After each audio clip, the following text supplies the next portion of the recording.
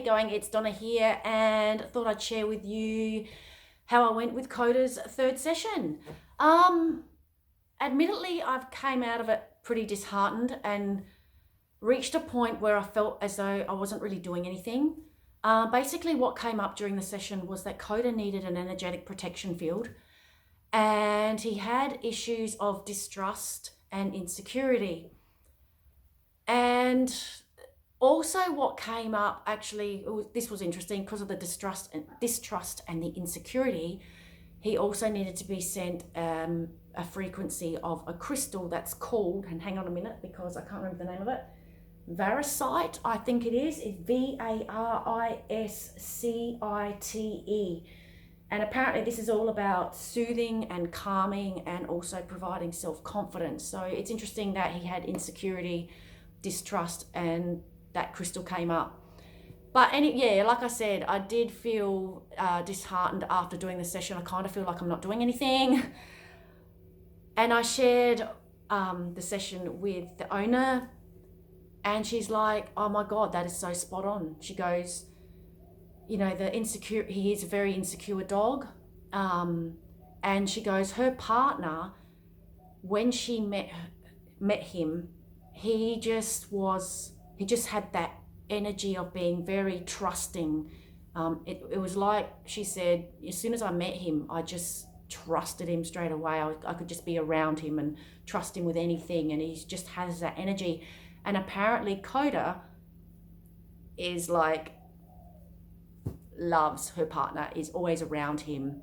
And so that would kind of explain, obviously if Kota feels distrust and he's hanging out with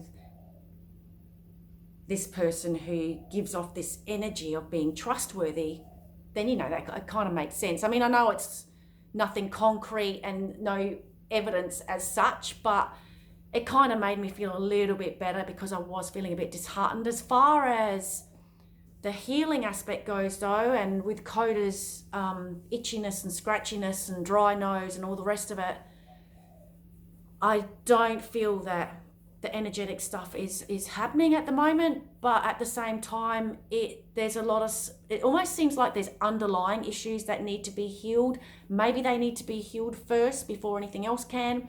I have told the owner that because when I think I explained in a previous video that I discovered a lady called Rita who was into canine herbalism, and she explained that anything that's good for the human liver, like dandelion, milk thistle, even nettle, which is good for your kidney, I think, but it's all together.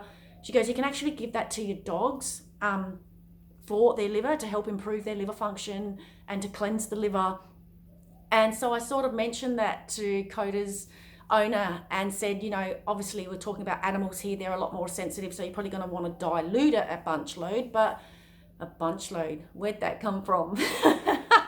But yeah, you're going to want to dilute it. But she was really cool with that because she hadn't heard of using herbs before. Even though she had looked into Kota's diet in the past with the vet, she'd never really looked into herbs. So it'd be interesting to see if anything comes out of that. But anyway, that's Kota's third session.